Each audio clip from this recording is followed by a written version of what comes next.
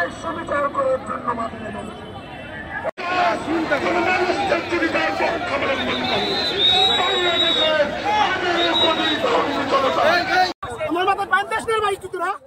মানিকগঞ্জের ঘটনায় নতুন মোড়। বাউল শিল্পী আব্দুল আলিমের উপর হামলার ঘটনায় অবশেষে থানায় মামলা দায়ের হয়েছে। আর সেই মামলায় আসামি করা হয়েছে অজ্ঞাতনামা 200 জন তৌহিদি জনতাকে। সোমবার বিকেলে এজাহার দাখিলের পর রাত 10টার দিকে মামলার এফআইআর হিসেবে নথিভুক্ত করে পুলিশ।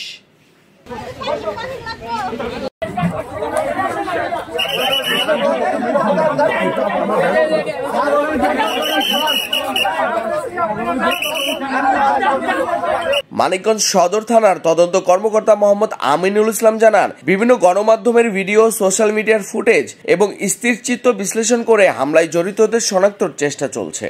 পুলিশ বলছে তদন্তে কোনো পক্ষকেই ছাড় দেওয়া হবে না।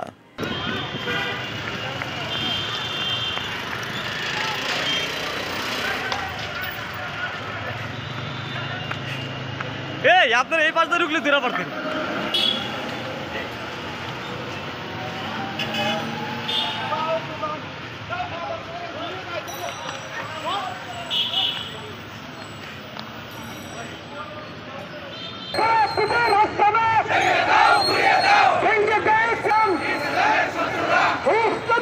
রোববারের সংঘর্ষ শুরু হয় সকালে, যখন তৌহিদি জনতার ব্যানারে একটি বিক্ষোভ মিছিল বের হয়। একই সময়ে বাউল শিল্পী আবুল সরকারের মুক্তির দাবিতে প্রেস ক্লাব চত্বরে মানববন্ধনের প্রস্তুতি চলছিল। এরপর বেলা 11টার দিকে সরকারি উচ্চ বিদ্যালয়ের পাশে দুই পক্ষের মধ্যে ধাওয়া পাল্টা ধাওয়া, সংঘর্ষ ও ভাঙচুরের ঘটনা ঘটে। আহত হন বাউল সমর্থক আলিম, আরিফুল, জহিরুল সহ 4 জন। পুলিশ তাদের উদ্ধার করে মানিকগঞ্জ সদর হাসপাতালে ভর্তি করে।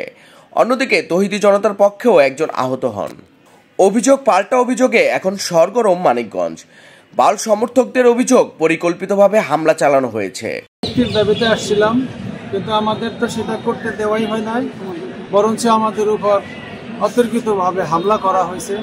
আমরা এর তীব্র নিন্দা জানাই এবং দেশবাসীর কাছে, মাননীয় সরকারের কাছে আমরা এর বিচার দাবি করছি। সহ্য করবে না, এগুলোর কঠোর জবাব দেওয়া হয়েছে। আপনারা কাইকে দেখছেন, আপনারা মাদ্রাসায় দেখছেন, সাংবাদিকের উপরে হামলা হয়েছে। এরা সাংবাদিকের উপরে তারা হামলা করতেছে। এই তৌহিদি জনতা জঙ্গি গোষ্ঠীর কাছ থেকে 18 কোটি মানুষ বাঁচতে চায়, একটু মুক্তি চায়। এরা পুলিশ হত্যার আসামি, এরা পাগল হত্যার আসামি, এরা থানায় অস্ত্র লুটপাটের আসামি। কেন কেন আমাদের এভাবে অতর্কিত হামলা করলো?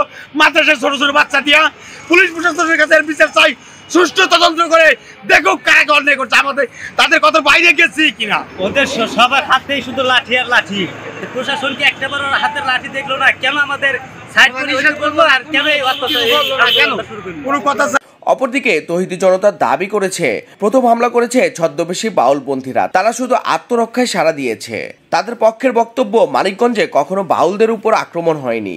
এই ঘটনা উদ্দেশ্যমূলকভাবে উস্কে দেওয়া হয়েছে।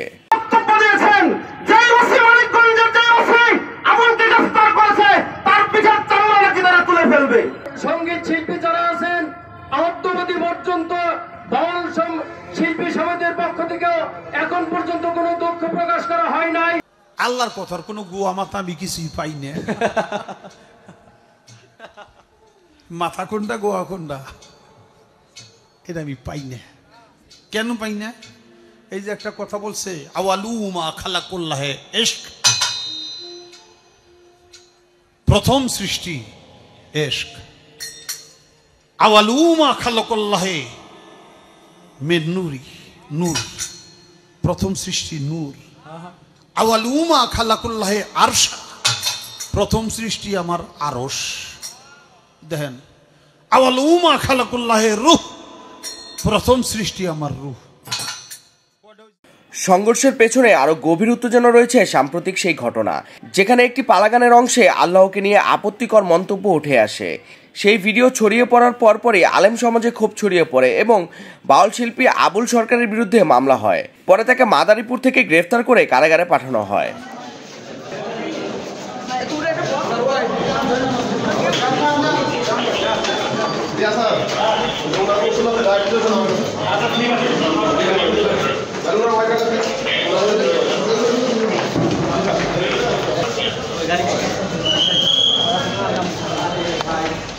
গাড়ি স্টপ, গাড়ি স্টপ।